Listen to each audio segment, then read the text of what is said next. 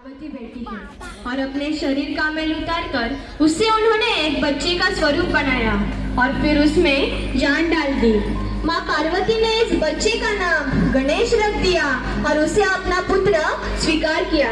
माँ पार्वती स्नान करने के लिए जा रही होती है, तभी गणेश को बुलाती है और उनसे कहती है, बेटा मैं स्नान करने के लिए जा रही हूँ, तुम द्वार पर बैठकर मेरा इंतजार करो और ध्यान रखना कोई भी अंदर न आने पाए। तभी गणेश जी बोलते हैं, जो आदेश माते, मैं आप बेफिक्र होकर स्नान करने के लिए जाए, मैं आपके बगैर इजाजत के किसी को भी अंदर नहीं आने दूंगा। माँ पार्वती पुत्र को द्वार पर खड़ा करके स्नान करने के लिए चली जाती है। गणेश द्वार पर पहरा देने लगता है। कुछ समय बाद वहाँ भोलेनाथ, नंदी और कुछ सेवकों के साथ आते हैं। तभी नंदी पूछता है, भोलेनाथ ये बच्चा कौन है और द्वार पर पहरा क्यों लगा रहा है? तभी भोलेनाथ कहते हैं,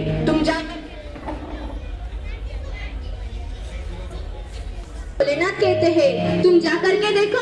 नंदी और देव सेवक उसके पास जाते हैं और कहते हैं, नंदी कहता है, बालक कौन हो तुम? तभी गणेश जी कहते हैं, तुम्हारी हिम्मत कैसी हुई जो तुम गणेश से सवाल जवाब कर सको? तभी नंदी कहता है, ठीक है मैं स्वयं माँ पार्वती के पास जाकर ये प्रश्न कर लेता हूँ। तभी गणेश जी कहते हैं, अरे तुम ठहरो, द्वार के भीतर नहीं जा सकते। तभी नंदी कहता है, तुम कौन होते हो मेरा रास्ता रोकने वाले? तभी गणेश जी कहते हैं, मैं पार्वती नंदन गणेश हूँ और ये माता का आदेश है, कोई भी अंदर न जाने पाए। जाओ आप यहाँ से, चले जाओ। तभी नंदी कहता है, पुत्र अचानक से मुझे पागल समझते हो क्या? मूर्ख लड़के, मैं यहाँ से कहीं नहीं जाऊंगा। गणेश अपना दंड उठाते हैं और जोर से नंदी पर प्रहार करते हैं, जिस कारण नंदी को चोट लग जाती है। इसी वजह से नंदी और दो सेवक दौड़ते हुए भोलेनाथ के पास वापस लौट जाते हैं। तभी नंदी चिल्लाते हुए कहते हैं, महादेव, भोलेनाथ बचाओ बचाओ। भोलेनाथ को नंदी की चीख सुनकर गुस्सा आ जाता है। तभी भोलेनाथ कहते हैं, उस तुच्छ बालक की इतनी हिम्मत कि वो तुम पर हाथ उठाए, अभी जाकर उसको सबक सिखाता हूँ। तभी भोलेनाथ, नंदी और कुछ सेवक समेत उस द्वार की तरफ जाते हैं। गणेश जी उन्हें आते देखकर बोलते हैं, अरे ओ रुको, कहाँ चले जा रहे हो? आपको दिखता नहीं द्वार पर पहरेदार खड़ा है? तभी भोलेनाथ कहते हैं, ये मेरा घर है, तुम कौन होते हो मुझे रोकने वाले? मुझे मेरे घर जाने से कोई नहीं रोक सकता। तभी गणेश जी कहते हैं, जो भी हो आपको मुझसे अंदर जाने के लिए इजाजत लेनी ही होगी, अन्यथा आप अंदर नहीं जा सकते। तभी भोलेनाथ कहते हैं, बालक तुम इतने उद्धत कैसे हो सकते हो? तभी गणेश जी कहते हैं, उद्धत तो आप ही हैं जो मेरे कहने के बाद भी अंदर जाने के लिए हट कर रहे हो। तभी भोलेनाथ कहते हैं, तुम मुझसे बहस कर रहे हो, मैं तुम्हें भस्म कर दूंगा। तभी गणेश जी हंसते हुए कहते हैं, मैं पार्वती नंदन गणेश हूँ और मेरा कोई कुछ भी नहीं बिगाड़ सकता। तभी भोलेनाथ कहते हैं, बेटा द्वार से हट जाओ। तभी गणेश जी कहते हैं, मेरी माता का आदेश है, जब तक वो स्नान करके बाहर न आ जाए तब तक मैं किसी को भी भीतर नहीं जाने दूं। तभी भोलेनाथ कहते हैं, बालक सामने से हट जाओ। तभी गणेश जी कहते हैं, मैं अपने प्राण त्याग सकता हूँ लेकिन माता का आदेश नहीं। माता का आदेश मेरे लिए पत्थर की लकीर है। तभी भोलेनाथ कहते हैं, तुम कौन हो बालक?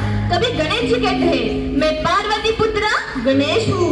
तभी भोलेनाथ कहते हैं, तुम इतना हठी हो बालक, इतना हट करना ठीक नहीं। तभी गणेश जी कहते हैं, मैं आपसे अभी कह रहा हूँ, आप यहाँ से चले जाओ वरना बहुत पछताओगे। तभी भोलेनाथ कहते हैं, तेरी इतनी हिम्मत? और दोनों के बीच घमासान युद्ध शुरू हो जाता है। गणेश का वार भोलेनाथ पर भारी पड़ता है। तभी गणेश जी हंसते हुए कहते हैं, एक बालक से भी हार रहे हो। इस बार भी गणेश का वार भोलेनाथ पर भारी पड़ता है। गणेश और भोलेनाथ के महायुद्ध से पूरे ब्रह्मांड कांप जाता है। सभी देवता भोलेनाथ के पास पहुंच जाते हैं। उतने में ब्रह्मदेव आते हैं और बोलते हैं, बालक तुम जो जिद कर रहे हो ये उचित नहीं है। तभी गणेश जी कहते हैं, तुम कौन हो और यहाँ क्यों आए हो? तभी ब्रह्मदेव कहते हैं, बालक तुम भोलेनाथ से क्षमा मांग लो। तभी गणेश जी कहते हैं, गलती भी भोलेनाथ की और क्षमा मैं मांग लूं, यही कदापि नहीं होगा। तभी ब्रह्मदेव भोलेनाथ से कहते हैं, भोलेनाथ आप ही उसे क्षमा करो, बालक है, हठी है, क्षमा कर दो। तभी भोलेनाथ बोलते हैं, आप नहीं जानते इस बालक ने हमारा कितना अपमान किया है, मैं इसे नहीं छोड़ूंगा, मैं इसे अवश्य दंड दूंगा। तभी गणेश जी हंसते हुए कहते हैं, मेरा सामना तक नहीं कर सकते और बात करते हैं मुझे दंडित करने की। तभी ब्रह्मदेव कहते हैं, मैं तुम दोनों से विनती करता हूँ, इस युद्ध को यहीं पर समाप्त करो। तभी गणेश जी कहते हैं, मैं युद्ध को नहीं रोकूंगा। तभी भोलेनाथ कहते हैं, मैं भी इस युद्ध को नहीं रोकूंगा और इसके किए की सजा इसे देकर ही रहूंगा। और फिर गणेश और भोलेनाथ में घमासान युद्ध होने लगता है। और फिर ब्रह्मदेव बोलते हैं, मैं बोल रहा हूँ तुम दोनों से, रुक जाओ। बालक, तुम भोलेनाथ से माफी मांग लो। तभी गणेश जी कहते हैं, माफी कदापि नहीं। जिसे देखकर भोलेनाथ और बाकी सभी देवताओं के होश उड़ जाते हैं और भोलेनाथ को क्रोध आ जाता है। तभी भोलेनाथ कहते हैं, दुष्ट बालक, मैं अब तक तो तुझे माफ भी कर देता, लेकिन अब तुझे जीवित नहीं छोड़ूंगा। गणेश जी हंसते हैं। तभी भोलेनाथ कहते हैं, बालक, तुम ऐसे करके हमारे गुस्से को बढ़ा रहे हो। तभी गणेश जी कहते हैं, गुस्सा बढ़ा कर भी आप क्या कर सकते हो? एक छोटे से बच्चे से अपनी मुंह की क्यों खा रहे हो? क्रोध में आकर भगवान शिव अपने त्रिशूल से बालक का मस्तक काट देते हैं। गणेश जी चिल्लाते हैं, माँ, माता जी, माता जी, माँ, माता जी। पूरे ब्रह्मांड में ये शोर हो जाता है और गणेश की गर्दन बहुत दूर जाकर गिरती है, जिससे कि एक भूचाल आ जाता है। सभी देवता एक अनहोनी की आशंका में घूम जाते हैं। तभी गणेश की आवाज सुनकर माँ पार्वती दौड़ी दौड़ी बाहर आती है। माँ पार्वती कहते हैं, अरे गणेश, गणेश, पुत्र गणेश, कहाँ हो तुम? पार्वती बाहर आकर देखती है तो उनके होश उड़ जाते हैं और पार्वती को गणेश का धड़ दिखता है। ये देखकर वो क्रोध से भर उठती है। माता पार्वती गुस्से में विनाश करने के लिए चामुंडा का रूप धारण कर लेती है। तभी माँ पार्वती कहती है, मुझे मेरा पुत्र गणेश चाहिए। यदि ऐसा नहीं हुआ तो सारी सृष्टि का नाश हो जाएगा। तभी विष्णुदेव कहते हैं, माते, माते क्षमा, ऐसा न करे माते। तभी माँ पार्वती कहती है, मुझे मेरा पुत्र गणेश चाहिए। भोलेनाथ, भोलेनाथ, कहाँ है भोलेनाथ? कहाँ हो आप भोलेनाथ? तभी ब्रह्मदेव कहते हैं, देवी, मैं हाथ जोड़कर आपसे प्रार्थना करता हूँ। भोलेनाथ इस समय बहुत क्रोध में है, कृपया करके आप शांत रहे, हम कुछ उपाय निकालते हैं। तभी माँ पार्वती भोलेनाथ को ढूंढते हुए कहती है, स्वामी, स्वामी, कहाँ हो आप स्वामी? सभी देवता भोलेनाथ को जगाने के लिए चले जाते हैं और सब बातें बताते हैं। इतने में माता पार्वती अपने 9 रूपों में आती है और महाप्रलय की ओर बढ़ रही है। तभी वहाँ भोलेनाथ भी आते हैं।